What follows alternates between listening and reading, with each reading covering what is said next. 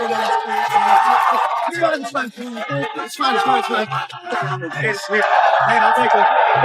right, get him out of here, boy. All good.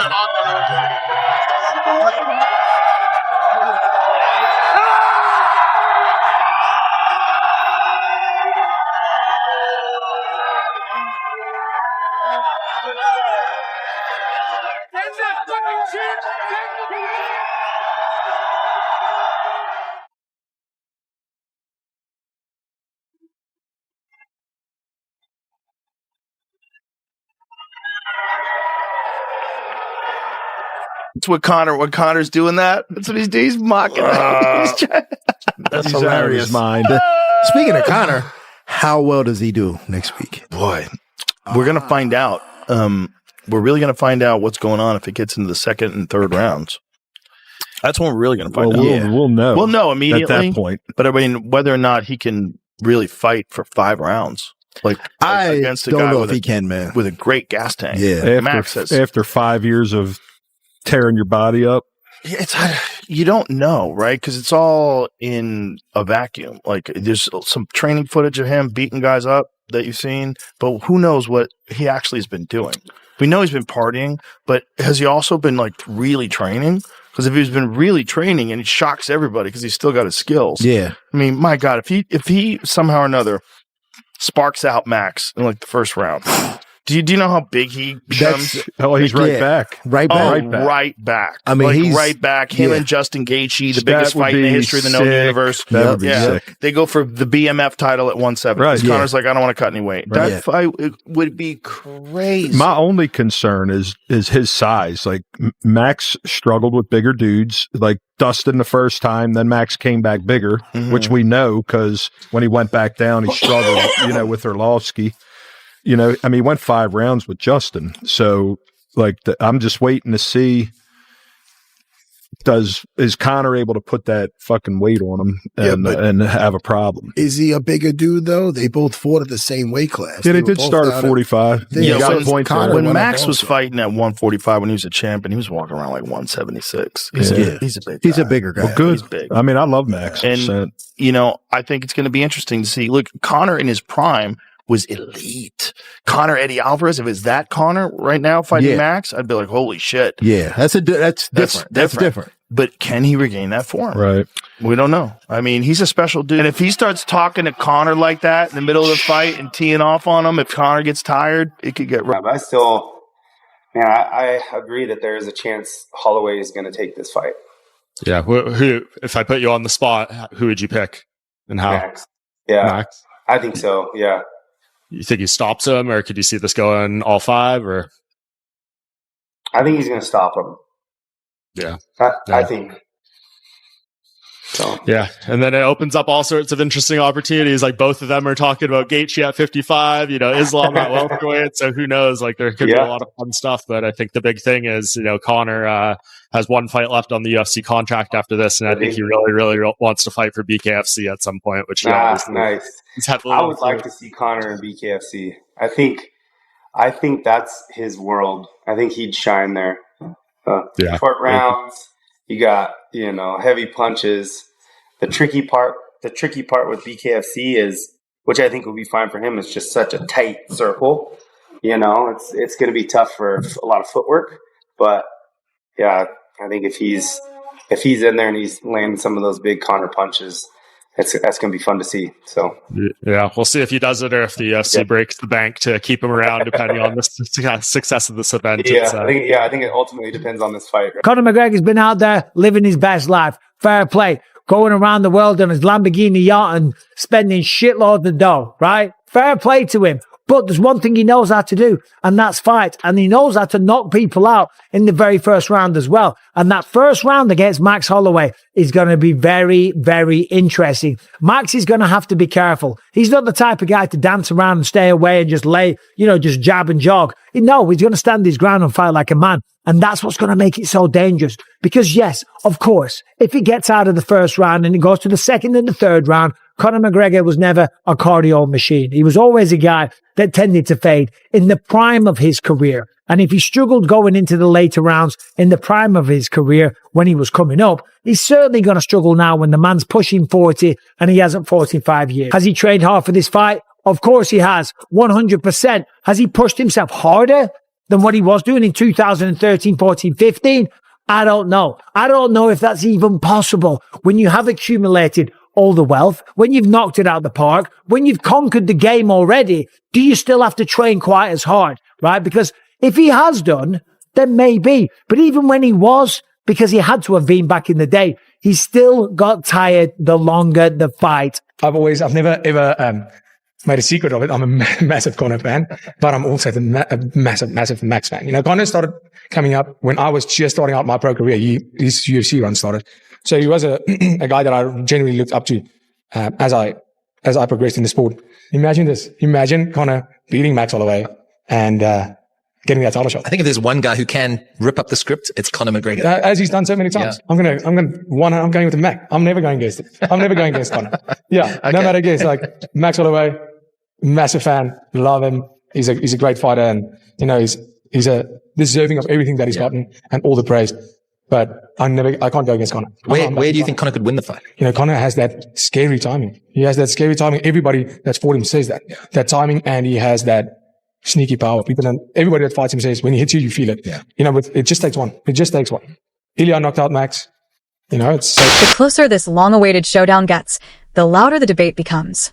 Fight insiders, respected analysts, and former champions are stepping forward with bold predictions, each convinced they see how this collision will unfold. One question continues to dominate every conversation. Will Conor McGregor's explosive knockout power and unwavering self-belief be enough to stop Max Holloway's suffocating pressure, endless cardio, and relentless output? As opinions flood the fight world and speculation reaches another level, one reality is impossible to ignore. The answers won't come from predictions. They'll be revealed only when the cage door finally closes. Yeah, I think Conor McGregor is going to be dangerous everywhere. You know what I mean? I mean, I don't know if you guys see that freaking stupid ass stat, but Conor has like 5 takedowns and 4 of them is me.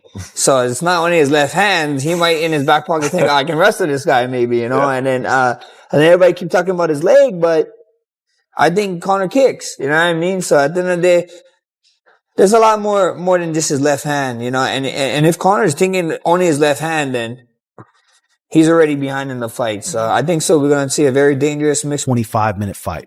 155 versus 170. But the thing about Conor at 170, he's going to thump. He's going to thump.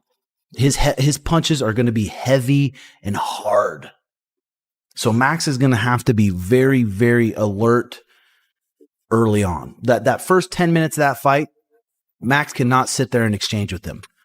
Conor's going to be stalking him down, maybe trying to stomp his leg a bit, ripping 3-2s, throwing heavy bouts. So this video here was posted about 5 months ago on the Mac Life page. Him getting ready and looking thick. Thick Conor's a scary Conor, and he's a springy dude. Springy dude. Orthodox there. Ripping bodies, ripping juicers of the guts. We love those. Springing into a left knee. And he's looking like, I mean, vintage Conor, the nasty left hand. Nasty left hand. I guarantee you Max Holloway is not going to be sitting. Everything could be decided in the opening moments. If Conor McGregor establishes control early and lands that trademark left hand with real authority, the entire rhythm of the fight could shift before Max Holloway has a chance to settle in. That would likely force Holloway to fight with far greater discipline, leaning on constant movement, relentless volume, and smart angles to stay outside the danger zone. Every second spent trapped along the fence or exchanging in close range could carry serious consequences. In many ways, this matchup appears to come down to one defining contrast: McGregor's explosive early firepower against Holloway's ability to keep pushing an exhausting pace as the championship rounds begin to take over. He doesn't have tits or love handles at 170. So you can see it on the countdown. Max is looking fit. We're going to see vintage Max Holloway. I almost guarantee it. Are we going to see vintage Conor McGregor? I don't know. I do believe in this first 10 minutes, Conor McGregor is going to look better than ever.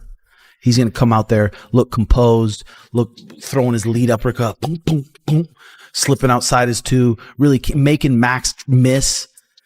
But Max knows better. He knows how good of a counterpuncher Conor is. And I know Max is sparring with guys like Keone Diggs, this guy we used to train with, and the kid's got a lightning left hand. Welch imagines the fight unfolding in a way that immediately raises the tension. Max Holloway walks into the cage, looking like the tireless pressure fighter everyone expects, while Conor McGregor arrives appearing razor-sharp, carrying the kind of explosive confidence that suggests one perfectly timed strike could change everything in an instant. The opening 5 to 10 minutes, he believes, would resemble the McGregor of old: crisp counters, calculated footwork, and an unrelenting search for the fight-ending moment.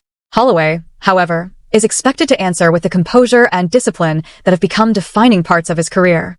Rather than forcing reckless exchanges, he would rely on patience, relentless pace, and carefully measured adjustments. In Welch's view, the real story is a dramatic collision between two completely different approaches: McGregor trying to seize control with an explosive opening chapter, while Holloway quietly builds toward a grinding takeover as the later rounds begin to unfold. 5 years away from the sport or not, he's still the biggest draw and attraction in all of mixed martial arts. And I don't think there'll ever be another one. But anyway, he's coming back against Max Holloway, right? It's been 5 years. He's almost 38 years old. Is he out of his mind? Do we think that he can do this? Because when you look at the stylistic matchup, right, it's going to be dangerous for Conor McGregor. Max Holloway, he calls himself the best boxer in the UFC. Max Holloway doesn't have that one-punch knockout power, but he wears people down. And that's why it's Max Holloway that in the final 10 seconds, that's why he points at the ground, not at the start of the fight, not in the first 10 seconds like Ilia Topuria wanted to do. He doesn't do that because he's not a knockout artist. But when he's landing hundreds, if not thousands of punches in a fight, and he's wearing you down over 5 rounds, in those last 10 seconds, when you're beaten to a bag of shit, he's very confident that he can knock you out. Like against Justin Gaethje, it was that spinning back kick right to the face at the end of round 1. That really started the decline for Justin Gaethje, but then he just picked him apart, used his length, used his footwork, used his reach, beautiful combinations, of course, threw that spinning back kick a bunch of times as well, and then in the final 10 seconds, got the knockout, one of the craziest Not everyone shares Welch's dramatic vision of how this fight unfolds. Michael Bisping sees something even more dangerous hiding beneath the surface. In his eyes, this isn't just another blockbuster matchup.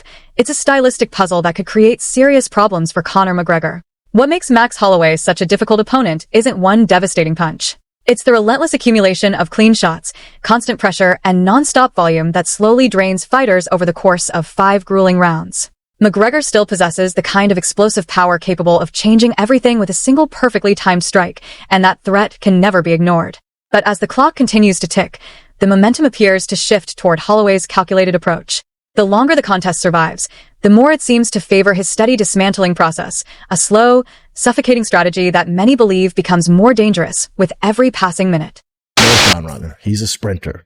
By all metrics, he is a sprinter. So, you have a decision guy versus a sprinter. And again, one of the advantages for Conor is, let's say that ring rust is real for him, which it will be to feel it out. But let's say it's real and he zigged when he should have zagged. You're probably not going to get knocked out by Max Holloway in the first 1 or 2 rounds. You're still okay. Now, if you're fighting Ilia Topuria, you're fighting some of these other heavy punchers, that's a different story. So again, all this is advantages for Conor.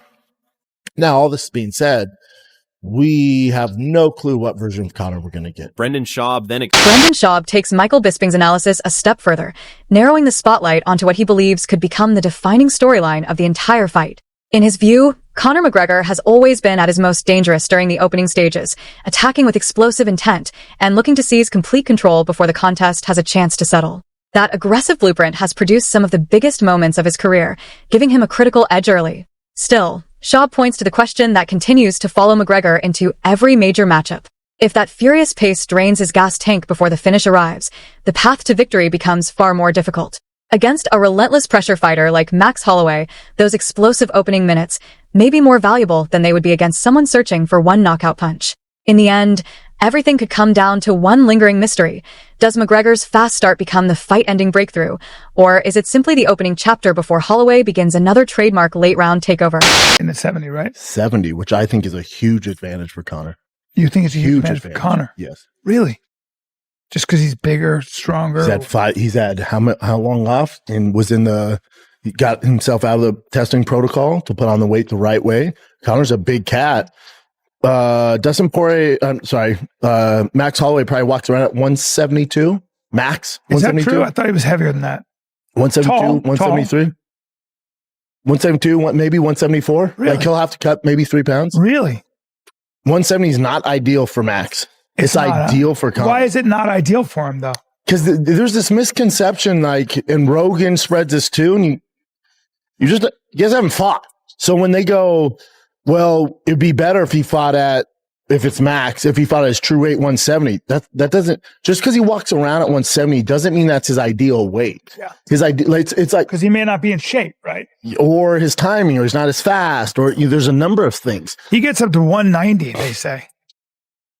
But, he's vague. His frame is not a 190 frame, though. I promise you he's not one. Yeah. What is this, Google? Chat? This chat GPT. Yeah, no. He's not, his frame is not. So he probably is at 175. He's not. So here you go. So since moving permanently to lightweight, today, he likely... Schaub then shifts the conversation toward another factor he believes many fans are overlooking: size, physicality, and how both could quietly shape the outcome. Speaking with Brian Campbell, he argues that Conor McGregor is naturally the bigger athlete, capable of carrying extra muscle without giving up the explosive power that has defined his career. Even if Max Holloway normally walks around in the low to mid 170s, the weight cut and relentless pace of the fight could subtly affect his sharpness, timing, and speed.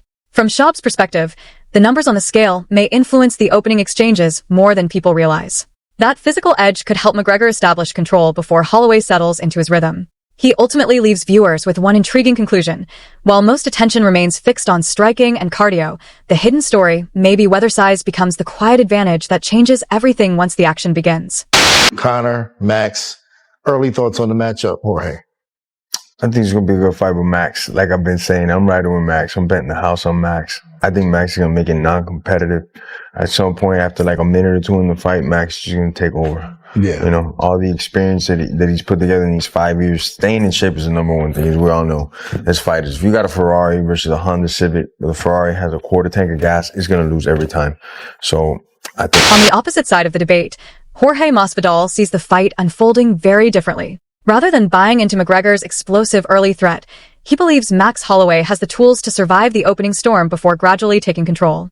In his view, Holloway's endless cardio, relentless pressure, and elite fight IQ would slowly erase McGregor's early momentum. While McGregor's power is always dangerous, Masvidal believes that advantage fades once Holloway begins dictating the pace. Chris Weidman shares similar concerns. He believes McGregor faces major challenges after a long layoff and recovery from a serious injury, especially against a fighter who never slows down. Holloway's ability to maintain pressure deep into fights makes every passing round more difficult for an opponent who has traditionally been most dangerous early. Chad Mendes offers a more balanced perspective. He admits inactivity and age can be obstacles, but believes experience, preparation, and discipline can still change the outcome. If McGregor has truly rebuilt himself and prepared properly, Mendes believes it would be premature to count him out.